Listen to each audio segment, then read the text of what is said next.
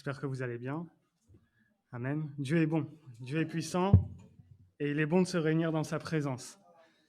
Avant qu'on puisse ouvrir ensemble le texte biblique, j'aimerais qu'on puisse remettre simplement ces instants entre les mains de Dieu et qu'on puisse laisser Dieu diriger ces instants pour que vraiment il puisse toucher nos cœurs. Amen.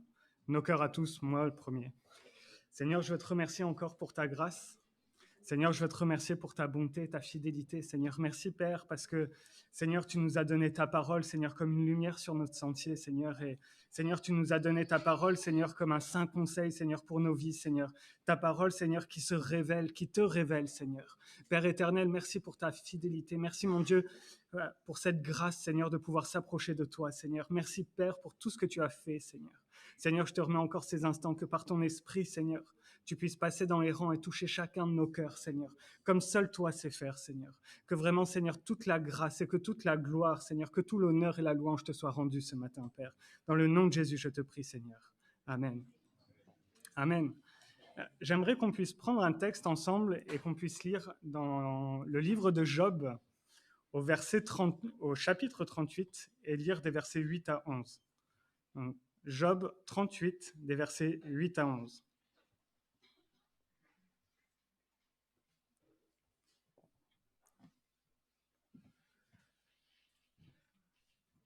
Qui a fermé la mer avec des portes quand elle s'élança du sein maternel? Quand je fis de la nuée son vêtement et de l'obscurité ses langes? Quand je lui ai imposé ma loi et que je lui ai mis des barrières et des portes? Quand je dis tu viendras jusqu'ici, tu n'iras pas au-delà, ici s'arrêtera l'orgueil de tes flots. Amen. Un très beau texte et le livre de Job est vraiment riche d'enseignements. Amen. Et dans le texte qu'on vient de lire, l'Éternel vient de prendre la parole pour parler à Job, pour répondre à Job. Et Job, les derniers chapitres, il a discuté avec ses amis, il a eu une longue tirade où il parlait de l'Éternel et il ne comprenait pas sa situation. Et finalement, chapitre 38, Dieu parle. Dieu vient parler à Job. Alors ça fait un certain temps que Job attendait que Dieu lui parle. Et ça faisait 36 chapitres. Que Job attendait que le moment où Dieu intervient. Et finalement, Dieu intervient et Dieu prend la parole et va parler à Job. Je pense que Job pouvait être étonné parce que c'est peut-être pas la réponse qu'il attendait de Dieu, n'est-ce pas? Job exprimait sa souffrance, Job exprimait sa douleur, Job ne comprenait pas pourquoi, et Dieu lui dit, où étais-tu? Qui a fait ça? Qui a fermé ses portes? Et Dieu vraiment vient avec sa réponse, vient rappeler qui il est. Amen. Dans le discours de Dieu, on voit que l'Éternel remet sa position de créateur. Amen. Dieu est le créateur et l'homme n'est pas le créateur. Dieu était là de toute éternité. L'homme, non. Dieu rappelle que du commencement, du début, il était là. Même avant que ça commence, Dieu était là. Amen. Dieu était là à ce moment-là. Et Dieu rappelle qu'il, non seulement il était présent, mais en plus Dieu est souverain. Amen. Dieu est souverain et Dieu est au contrôle de toutes choses. C'est lui qui a fermé la mer avec des portes. C'est lui qui a mis des barrières, des limites dans la création. Et ce Dieu-là, c'est ce Dieu créateur, ce Dieu souverain. C'est ce Dieu souverain qui contrôle toutes choses. Et Dieu est ce créateur tout-puissant qui existait bien avant. Et lorsque Dieu commence à parler, il rappelle à Job, c'est moi ça. Et c'est à moi que tu t'adresses. Et c'est moi qui te parle. Amen. Et alors que Dieu rappelle tout cela, Dieu rappelle, mais Job, tu vois, toutes ces choses, tu les comprends même pas. Tu n'arrives pas à vraiment comprendre comment ça fonctionne, comment ça a été fait, comment c'est stable, comment ça tient. Et Dieu lui rappelle, mais moi je sais, moi je suis le créateur et je sais toutes choses. Je sais pourquoi ces choses sont faites et c'est par ma toute puissance que j'ai mis ces limites. C'est par ma toute puissance que j'ai tout créé. C'est par ma toute puissance que j'ai tout fait. Amen. C'est ce que l'Éternel rappelle à Job. Et lorsqu'on lit ce récit, lorsqu'on lit ces versets, en tout cas, quelque part, ces 4 versets nous rappellent un autre récit, n'est-ce pas? Ça nous rappelle un petit peu le récit de la création, le moment où Dieu créa le monde. Parce que le moment où Dieu créa le monde, quelque part, c'est un peu décrit ici. Et ça nous rappelle un verset en particulier, c'est Genèse 1, verset 2, qui dit « La terre était informe et vide, il y avait des ténèbres à la surface de l'abîme, et l'Esprit de Dieu se mouvait au-dessus des eaux. » Informe et vide. Les termes hébreux qui viennent traduire ça sont, désolé, tohu vabou. J'ai pas l'accent de Guillaume pour l'hébreu, mais on m'a toujours dit que personne n'a enregistré les Hébreux quand ils parlaient à l'époque, donc l'accent, on ne sait pas trop quels accents ils avaient. Mais bon, si quelqu'un a une cassette, je suis preneur. Et le texte tohu vabou est traduit dans notre langue par informe et vide. Et c'est pas seulement ça. Le texte, on a des mots qui viennent traduire, mais ils ne donnent pas toute la profondeur que tohu vabou va donner.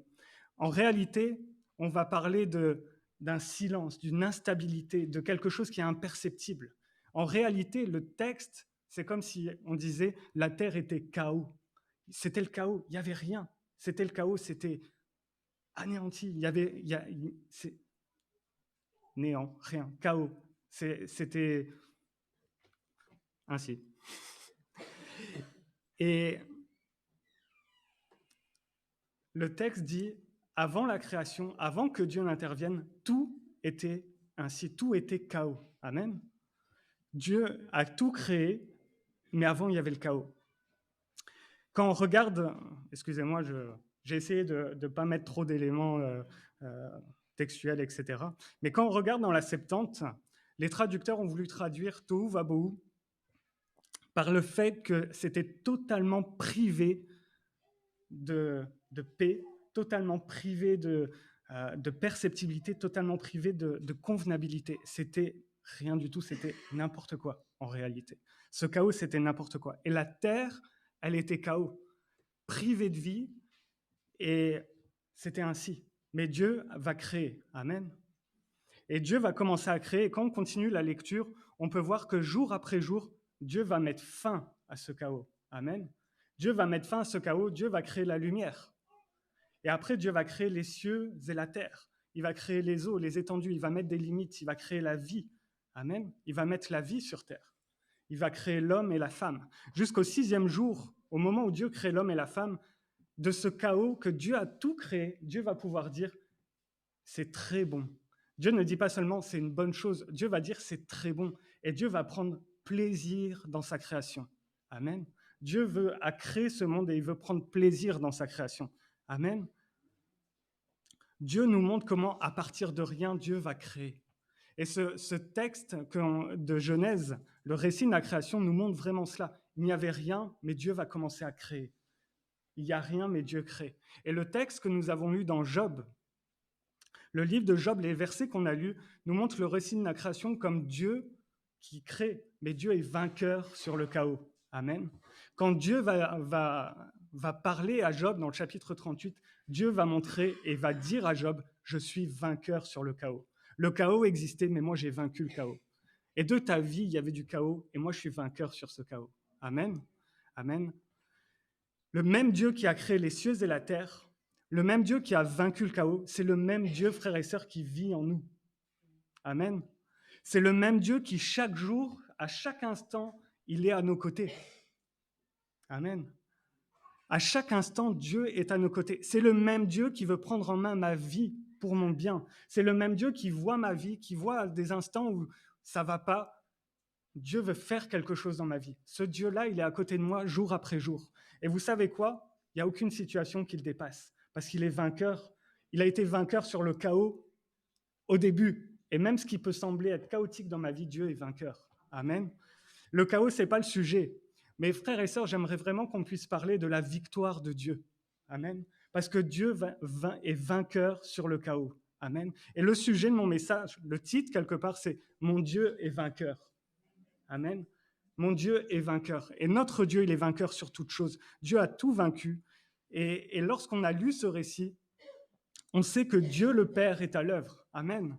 Dieu le Père est à l'œuvre. On voit, au commencement était Dieu, et Dieu a eu son projet créateur. Et quand on va lire un peu plus la Bible, dans le prologue de Jean, on va voir que même le Fils était présent. Jésus était présent au moment de la création. Et on voit aussi que le Saint-Esprit était présent. On a lu dans le verset 2, le Saint-Esprit se mouvait au-dessus des eaux. c'est la même chose dans nos vies. Le Saint-Esprit est présent à chaque instant de nos vies, amen, pour montrer Christ dans nos vies, pour appliquer la victoire de Christ dans nos vies, dans toutes les choses qu'on peut voir, amen, pour donner gloire au Père, amen, et pour qu'on puisse être dans sa présence. Alors, je vais juste faire une petite parenthèse, vous m'entendez souvent parler du Saint-Esprit. J'aime beaucoup le Saint-Esprit, comme nous tous. Mais souvent on dit le Saint-Esprit est la troisième personne de la Trinité. Et David, tu parles peut-être beaucoup du Saint-Esprit. Mais le Saint-Esprit est la troisième personne de la Trinité. Amen. Mais il n'est pas troisième en rang. C'est-à-dire que le Saint-Esprit est pleinement Dieu. Amen. Il n'est pas en dessous du Père ou du Fils. Il est pleinement Dieu. Le Père, le Fils et le Saint-Esprit sont égaux en rang. Ils sont Dieu dans leur essence. Il n'y en a pas un qui est en dessous de l'autre. Ils ont des rôles différents, mais pas un rang différent. Amen. Le Saint-Esprit est pleinement Dieu. Et pardonnez-moi peut-être si j'en parle trop, mais le Saint-Esprit, lorsqu'il est dans nos vies, il nous montre Christ. Il applique la victoire de Christ dans nos vies. Il révèle Christ dans ma vie. C'est-à-dire que là où le Saint-Esprit agit dans ma vie, lorsque je parle du Saint-Esprit, lorsque je vis avec le Saint-Esprit, la victoire de Christ est manifeste dans ma vie. Et je vis pleinement en Christ. Pourquoi ? Parce que Christ est manifeste dans ma vie, je peux me rapprocher du Père, je peux donner gloire au Père. Amen. Parce que c'est par le Fils que nous venons au Père, et c'est l'Esprit qui nous révèle le Fils. Amen. Amen. Mon premier point ce matin, c'est Jésus, Dieu est vainqueur dans ma vie, vainqueur sur mon péché. Amen. Vainqueur sur mon ancienne nature. Lorsqu'on va aller dans l'Épître aux Romains, Paul présente le Saint-Esprit comme celui qui va nous donner la capacité de vivre pleinement notre foi. Amen. Et il manifeste puissamment sa puissance en réalisant le caractère de Christ dans ma vie. Le Saint-Esprit fait cela. Et frères et sœurs, nous sommes vainqueurs en Christ. Par le Saint-Esprit, Christ devient vainqueur dans ma vie. Par la puissance du Saint-Esprit, Christ est vainqueur dans ma vie sur toute chose. Sur mon ancienne nature est défaite. Amen. Et la Bible nous dit que pour être vainqueur en Christ, il y a un moyen. Il faut que je meure à moi-même. Amen. Amen. Il faut que je meure à moi-même. Je vais mourir à moi-même. Alléluia. Des fois, on a du mal à vraiment mourir à soi-même. Mais moi, le premier, des fois, c'est difficile. Souvent même, très souvent, c'est difficile. Mais nous avons besoin de mourir à nous-mêmes. Amen. J'ai besoin de mourir à moi-même. Et il faut que j'accepte quelque part que si je veux être vainqueur en Christ, quelque part, je dois perdre. Parce que je dois mourir à moi-même. Quelque part, j'abandonne ma vie. J'abandonne tout entre les mains de Dieu. Je laisse Dieu prendre le contrôle. Seigneur, tu es vainqueur. C'est tout. Et s'il est vainqueur, ça veut dire que moi, ma personne, ma nature, elle doit être défaite. C'est que moi-même, à l'intérieur, quelque part, je dois perdre. Pour saisir la victoire de Christ, pour être victorieux en Christ, il faut que ma nature personnelle, ma nature charnelle, elle soit défaite. Amen. Il faut que ma nature charnelle soit défaite. Comme j'en avais parlé lors de 2 autres prédications, il faut que Christ, comme Christ a été crucifié, moi-même je sois crucifié. Que moi-même je sois crucifié. Galates 2, verset 20 nous dit « J'ai été crucifié avec Christ, et si je vis, ce n'est plus moi qui vis, c'est Christ qui vit en moi. Si je vis maintenant dans la chair, je vis dans la foi au Fils de Dieu qui m'a aimé et qui s'est livré lui-même pour moi. » Amen. Ça veut dire que si je veux vivre en Christ, il faut que moi, ma chair, elle soit crucifiée avec Christ. Il faut que je meure à moi-même. Dans l'Épître aux Romains, Paul va parler du baptême et il va dire « Comme Christ est mort, quand je prends mon baptême, je suis enseveli avec lui. Et ma nature, elle meurt. Elle doit rester au fond de l'eau, bien au fond. Et après, quand je me relève, je ressuscite comme avec Christ. Amen. Et parce que je deviens vainqueur en Christ, parce que sa vie, elle devient pleine en moi, parce que sa vie, elle prend toute la place dans ma vie. Amen. Et c'est là que Paul arrive à dire « J'ai été crucifié avec Christ. Et maintenant, c'est lui qui vit en moi. Et je suis vainqueur lorsque Christ vit en moi. » Amen. Et c'est à ce moment-là où Dieu déverse sa grâce dans nos vies. Dieu déverse sa grâce dans nos vies pour que nous puissions vivre avec lui. Sa grâce, c'est pas simplement, il va faire de nous des bonnes personnes. Sa grâce, c'est qu'il va faire de nous des personnes qui pouvons nous rapprocher du Père, des personnes qui puissent aller près du Père, des personnes qui puissent s'agenouiller auprès du Père, entrer dans sa présence. Peut-être c'est dur ce que je vais dire, on pourra discuter, mais ma vie sans Christ, c'est une vie de chaos. Ma vie sans Christ, c'est une vie de chaos. Personne d'entre nous n'est né avec une vie tranquille, spirituellement, tout va bien, il n'y a pas besoin d'être sauvé. Personne d'entre nous n'est né comme ça. On est tous atteints par le péché. Et le péché crée le chaos dans ma vie. La seule manière de ne plus vivre ce chaos, c'est que Christ vit en moi, que Dieu puisse recréer en moi son image dans ma vie. Amen. Dieu veut recréer en nous son image. Dieu veut recréer en nous l'homme qu'il voulait créer à la création. Il veut nous restaurer. Il veut nous faire rentrer à nouveau dans sa présence. Amen. Et on a besoin de ça. On a besoin. Et Christ doit être vainqueur dans ma vie pour ça. Et Christ est vainqueur sur mon chaos, sur mon péché. Amen. Christ est vainqueur sur toutes ces choses et maintenant je peux m'approcher de lui. Et maintenant je peux vraiment faire ce pas devant lui et dire Seigneur, c'est pas par moi-même, c'est pas moi. C'est pas moi qui suis victorieux seulement par mes propres efforts, ma propre bonté, mais c'est parce que tu es vie en moi, parce que tu es là, tu t'es sacrifié pour moi. Alors maintenant, Seigneur, prends toute la place et sois victorieux dans ma vie. Et parce que tu es victorieux, je suis victorieux. Mon péché n'a plus aucune prise sur ma vie. Le péché n'a plus rien sur ma vie. Je suis victorieux en Christ, je suis victorieux sur mon péché. Ce péché n'a plus aucune possibilité de m'atteindre parce qu'il est vaincu. Amen. La Bible dit dans l'Épître aux Romains que maintenant nous sommes déclarés justes.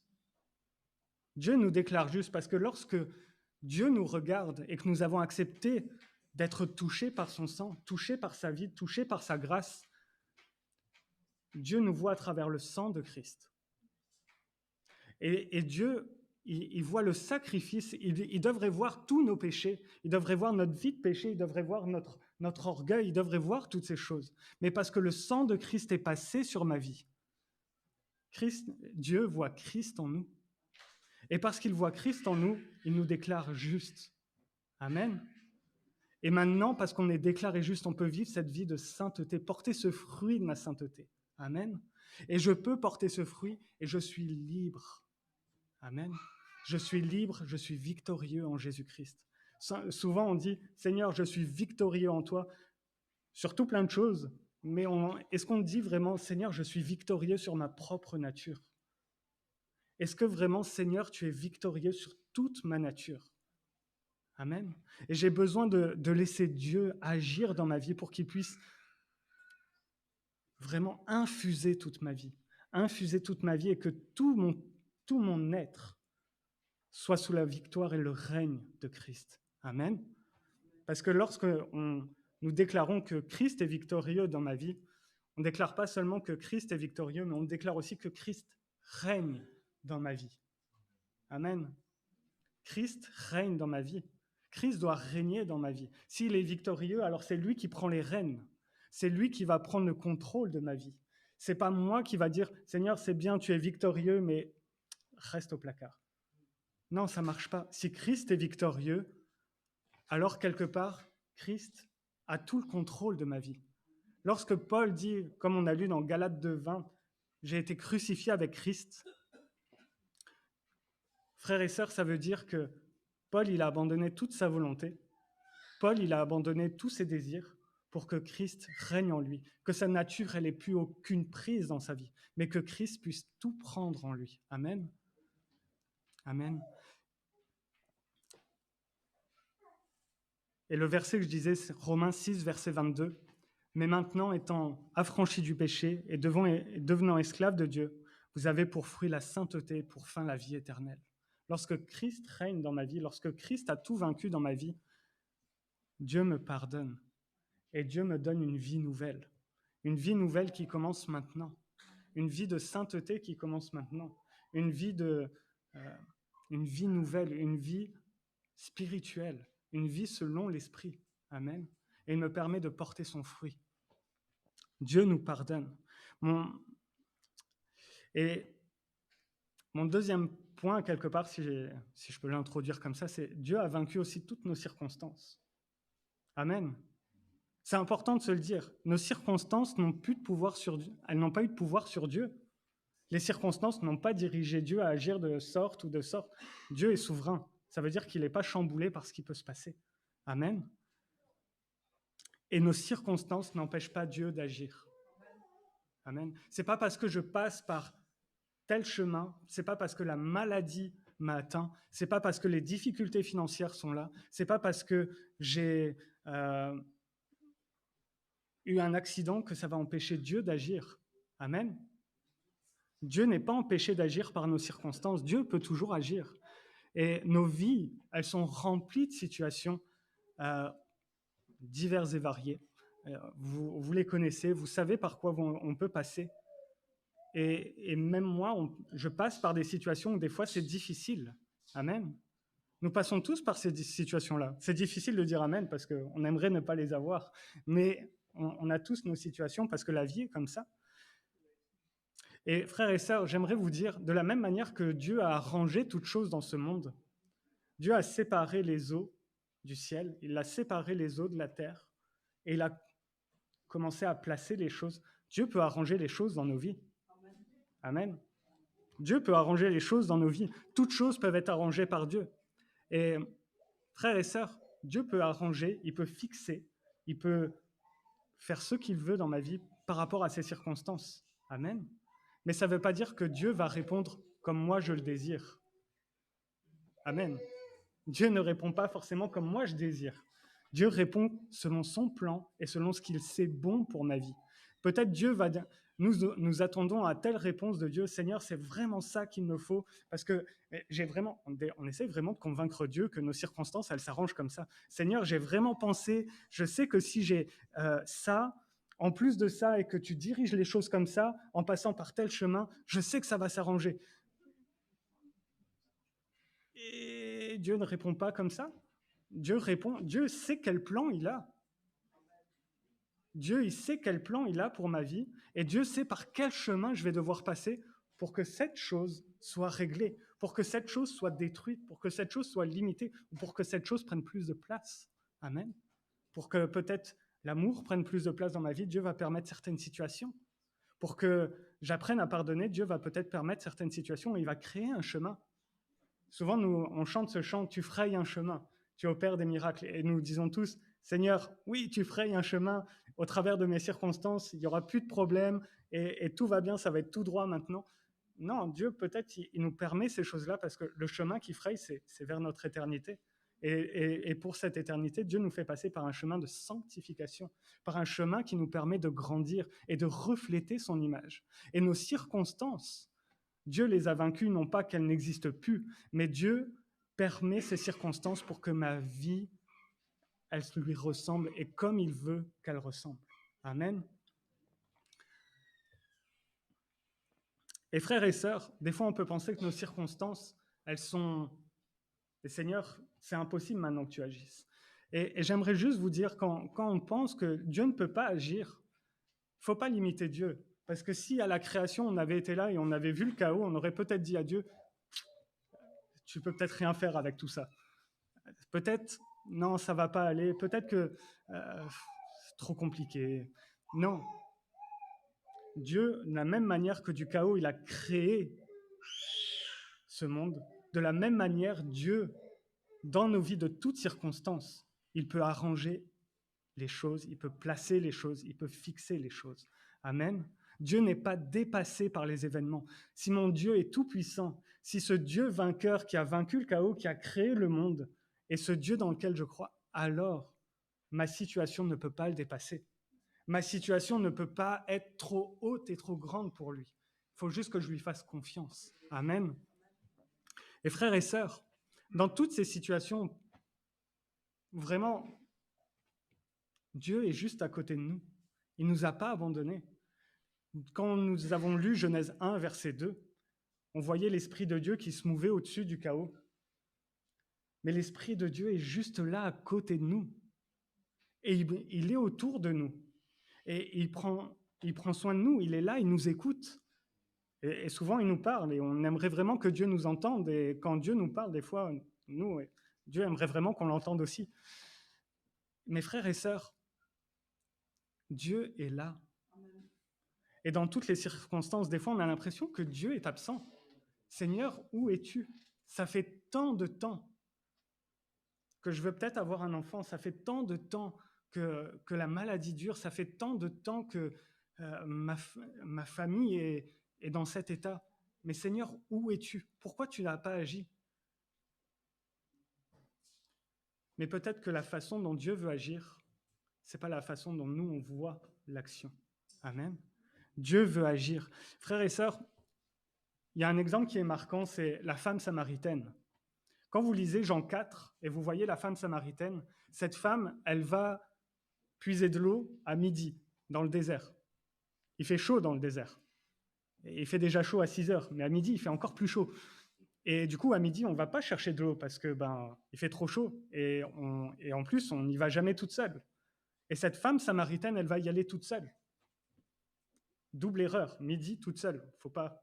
Mais elle n'a pas le choix. Et elle va chercher de l'eau. Et Jésus arrive et on pense peut-être que Jésus va l'aider à avoir cette eau. Cette eau qu'elle attendait, c'était de l'eau pour rentrer chez elle et avoir, je ne veux pas faire de pub, mais peut-être avoir ses bouteilles cristallines à la maison. Et on se dit, mais Jésus va l'aider, il va porter les seaux, il va porter les cruches et il va aller jusque chez elle lui mettre. Mais Jésus ne répond pas du tout de cette manière. Alors qu'une conversation s'engage, Jésus va se révéler à elle comme le Messie. Et la solution de sa vie, ce n'était pas d'avoir plus de packs d'eau à la maison, de cruches d'eau. Mais la solution que Dieu avait pour sa vie, ce n'était pas de lui donner plus d'eau liquide, c'était de lui donner de l'eau éternelle, de l'eau vive. Et Dieu va se révéler, et parce qu'il se révèle en tant que Messie, elle va goûter à l'eau vive. Et remarquez une chose, c'est qu'à la fin, une fois que Jésus s'est révélé en tant que Messie, ces cruches d'eau qu'elle pensait avoir, peut-être qu'elle les avait déjà remplies, mais elle les avait à côté. Les cruches, elle les oublie et elle court vers son village pour dire « cet homme est certainement le Messie ». Ça veut dire que sa situation, elle a été réglée non pas comme elle pensait. Elle aurait pu penser que Jésus va vraiment, peut-être même déplacer le puits chez elle. Et comme ça, elle aurait pris l'eau directement, s'en sortir, etc. Ça aurait été facile, ça aurait été peut-être la meilleure des solutions. Mais Jésus n'a pas fait ça. Jésus n'a même pas aidé cette femme à prendre l'eau, mais Jésus l'a restaurée dedans. Et des fois, Dieu permet des situations dans nos vies, non pas pour nous faire souffrir, non pas pour permettre et dire « Ah, il souffre ». Non, Dieu permet des situations dans ma vie pour que lui puisse se révéler comme le Messie dans ma vie, comme celui qui est mon sauveur, comme celui qui est tout puissant, comme celui qui a toute autorité dans ma vie. Amen. Comme celui qui peut prendre toute chose sous son contrôle. Le Messie qu'ils attendaient, c'était celui qui allait sauver leur vie. Et Jésus a répondu à cette attente. Et de la même façon, des fois, nous avons nos situations et nous attendons que Dieu réponde juste à cette situation. Mais Dieu veut se révéler dans nos vies.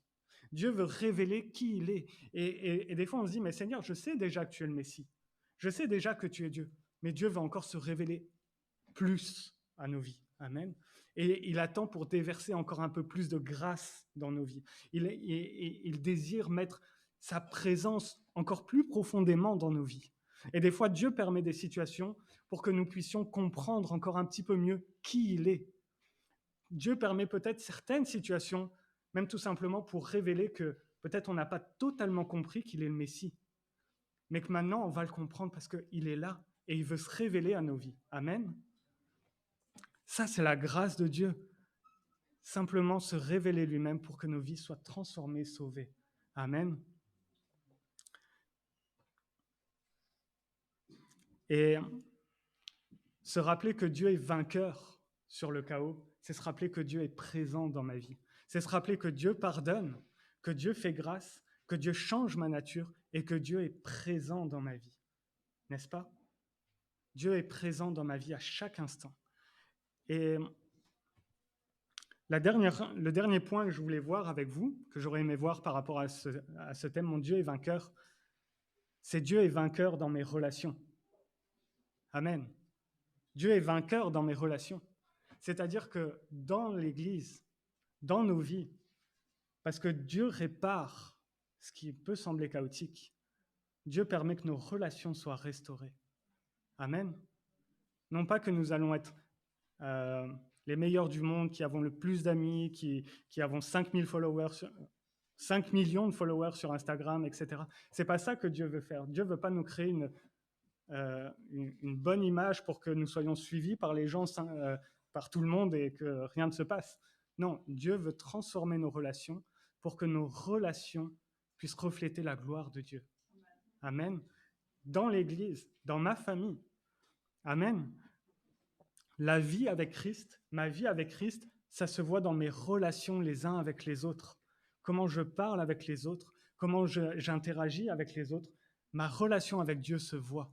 Et comment Dieu a changé ma vie et comment Dieu a comme vaincu ma nature, ça se voit dans mes relations. Amen. Des fois, on peut se dire, ça sera plus simple s'il n'y avait pas l'Église, je vivrais mieux ma relation avec Dieu. Non, Dieu veut utiliser l'Église pour que notre relation avec Dieu, elle soit... j'ai le mot en anglais, mais pas en français, c'est bizarre. Pourtant, je suis français. Mais pour que nos vies, nos relations, elles soient renforcées. Amen. Pour que nos vies... Dieu veut utiliser ton frère ou ta sœur à côté de toi, peut-être pour t'édifier, peut-être pour t'exhorter, peut-être tout simplement pour montrer que dans notre caractère, il y a quelque chose qui ne va pas. Amen. Dieu veut utiliser nos relations, des fois peut-être pour montrer qu'on est un petit peu orgueilleux. Et Dieu veut montrer cela à travers nos relations aussi. Je remarque une chose, c'est lorsqu'on lit les disciples de Jésus qui étaient là en train de discuter, ils ne discutaient pas avec Jésus, ils discutaient entre eux. Oui, mais à ton avis, qui sera à la droite de Dieu, etc. Et j'imagine vraiment leur conversation. Je suis scénariste dans ma tête. Et Dieu, et je crois vraiment que ces disciples, excusez-moi, étaient vraiment en train de discuter et de raconter. Ah, mais tu vois, moi je pense que je vais être à la droite. Oui, mais moi je serai un petit peu plus près quand même. Et vraiment, il y avait cela parce que moi je suis un bon disciple, j'ai vraiment suivi le Seigneur, etc. Et ce qui est remarquable, c'est que c'est à ce moment-là que Jésus les observait. Ils étaient en train de discuter entre eux. On ne parle pas de Jésus, mais Jésus les voit en train de discuter et il entend leur conversation. Et Dieu leur dit, mais vous êtes orgueilleux. Qui va être à la droite, etc. Et des fois, mais nos relations, c'est pareil. Dieu entend lorsque nous parlons avec ceux qui sont autour de nous. Comment on discute avec ceux qui sont autour de nous, Dieu nous entend. Et Dieu, il permet peut-être que des choses soient modifiées dans nos vies parce qu'il entend des fois le fond de nos cœurs. Amen. Et Dieu permet que le fond de nos cœurs change un petit peu. Souvent beaucoup. Mais il y a vraiment cet aspect-là. Dieu veut restaurer nos relations pour qu'on puisse avoir des relations plus saines les uns avec les autres. Amen. Et qui montrent vraiment la gloire de Dieu. Des relations saines et des relations d'amour. Amen. Nous sommes appelés à nous aimer les uns les autres. Et il y a un passage qui est formidable, et c'est vraiment à Corinthiens 13 qui nous parle de l'amour. Et c'est vraiment le verset, le chapitre, presque dans tous les mariages chrétiens, c'est le chapitre qui va être lu, c'est 1 Corinthiens 13. Je l'ai fait. Et on lit tous 1 Corinthiens 13, et quand on le lit, c'est beau l'amour. J'aimerais que mon conjoint m'aime comme ça. J'aimerais, etc. Et on aimerait tous voir cet amour 1 Corinthiens 13 dans notre mariage. Amen. Et pour ceux qui sont célibataires, on aimerait tous le vivre plus tard dans notre mariage. Amen. Et c'est vrai, ça se vit dans le mariage, cet amour-là. Mais l'apôtre Paul, il ne parle pas du mariage. Il parle de l'Église. Amen. Ça veut dire que l'amour est patient, l'amour pardonne. Ça se vit dans l'Église. Pas seulement dans mon mariage. Déjà que c'est difficile des fois dans le mariage d'être patient. Mais en plus, je dois le vivre dans l'Église. 1 Corinthiens 13 se vit dans l'Église, frères et sœurs. Ça ne se vit pas seulement à la maison avec mon épouse ou mon époux. Ça se vit dans l'Église. Seigneur, permets-moi d'aimer mon frère avec patience. C'est dur la patience. Mais Seigneur, permets-moi de vraiment pardonner mon frère. C'est dur de pardonner son frère, surtout quand on nous a bien blessés. Mais Dieu nous appelle à ça. Et vous savez, Dieu est vainqueur sur le chaos, Dieu est vainqueur sur toutes ces choses-là. Et Dieu peut me permettre de passer au-delà de la blessure pour pouvoir pardonner. Parce que la blessure, elle détruit ma vie. Et Dieu ne veut pas que ma vie soit détruite, Dieu ne veut pas que ma vie soit chaotique, Dieu veut que ma vie soit pleinement restaurée. Amen. Frères et sœurs, lorsqu'on pense à 1 Corinthiens 13, on pense à l'héritage de Christ. L'héritage de Christ, ce n'est pas des tensions dans nos relations, dans l'Église, c'est la paix. Amen. L'héritage de Christ, ce n'est pas la guerre dans l'Église, c'est la paix, c'est l'amour. Et l'héritage de Christ, 1 Corinthiens 13, ce n'est pas des conseils comment vivre la paix, c'est la paix. C'est-à-dire que ça, ce n'est pas les conseils pour vivre la paix, c'est la paix en elle-même. Lorsque nous sommes patients, et 1 Corinthiens 13 ne s'applique pas à celui en face de moi. 1 Corinthiens 13 s'applique d'abord à moi. Et vous savez, l'amour qui est décrit à cet endroit-là, ce n'est pas un amour qui attend quelque chose en retour. Ce n'est pas un amour, c'est je vais vraiment être patient et je vais pardonner mon frère. Comme ça, lui aussi, il sera patient et il va me pardonner en retour. Non, c'est je le vis, point. C'est-à-dire que même si l'autre, il n'est pas patient, même si l'autre, il ne me pardonne pas, moi, je vais être patient avec lui et je vais l'aimer. Amen. C'est ça qui est difficile. Mais Dieu nous attend sur ce chemin pour qu'on puisse marcher sur ce chemin. Dieu veut nous restaurer sur ce chemin pour qu'on puisse vivre des relations de paix. Et ça veut dire que notre Dieu restaure pour que nous puissions avoir ces relations de paix. Dieu restaure le fond de mon âme, le fond de mon cœur pour que ces relations de paix puissent se développer. Amen. Et je vais m'arrêter. Mais frères et sœurs, Dieu veut recréer en nous, amen, son image. Dieu veut recréer en nous l'homme et la femme qu'il a voulu créer lorsque nous sommes arrivés sur cette terre. Par la puissance du Saint-Esprit, Dieu veut transformer ma vie. Dieu veut changer ma vie parce qu'il l'a racheté à un grand prix. Alors il ne veut pas me laisser comme j'étais avant, mais le Saint-Esprit veut transformer ma vie en profondeur. Et frères et sœurs, se rappeler que notre Dieu est vainqueur, c'est aussi se rappeler que Dieu est là avec nous, jour après jour. Et que peu importe les situations par lesquelles on peut passer, Seigneur, tu es vainqueur sur toute chose. Et même si l'issue et le chemin n'est pas comme je voudrais, Seigneur, c'est toi qui détiens toute chose. C'est toi qui as toute chose entre tes mains. Et Seigneur, je te fais confiance. Et vraiment que si nous proclamons que Dieu est vainqueur, frères et sœurs, proclamons que dans notre vie, Seigneur, je te fais confiance. Parce que vaut mieux faire confiance à celui qui est vainqueur, n'est-ce pas? Et lui, il est vainqueur en toutes choses. Et il faut que je lui fasse confiance. Il faut que je lui fasse confiance pour m'apprendre à pardonner ceux qui sont autour de moi, pour m'apprendre à aimer mieux, pour m'apprendre à vraiment aimer selon sa parole, pour m'apprendre à vivre sa parole, à être transformé selon son esprit. Amen. Que son nom soit béni et que son nom soit glorifié. Amen. Seigneur, je veux te remercier encore pour ta fidélité, pour ta grâce, pour ta paix. Merci, Père, pour tout ce que tu fais, Seigneur. Et Seigneur, je te prie vraiment que, Seigneur, tu sois libre dans ma vie, Seigneur, mais aussi dans l'Église, de créer, Seigneur, ce que toi, tu désires créer. Seigneur, que tu sois libre, Seigneur, de faire absolument ta volonté, Seigneur. Que tu sois celui qui règne en toutes choses, que tu sois celui qui est vainqueur dans nos vies. Mais plus encore, Seigneur, que nous soyons aussi ces hommes et ces femmes qui te faisons pleinement confiance. Ces hommes et ces femmes, Seigneur, qui s'attendons pleinement à toi, qui ne regardons pas à droite et à gauche selon ce qui peut se passer, mais qui regardons simplement à toi. Parce que c'est en toi, Seigneur, que nous avons, Seigneur, la délivrance, la paix, Seigneur, la joie et l'amour. Seigneur, je te remets toutes choses encore entre tes mains et que ton nom soit glorifié, Père. Dans le nom de Jésus, Seigneur. Amen.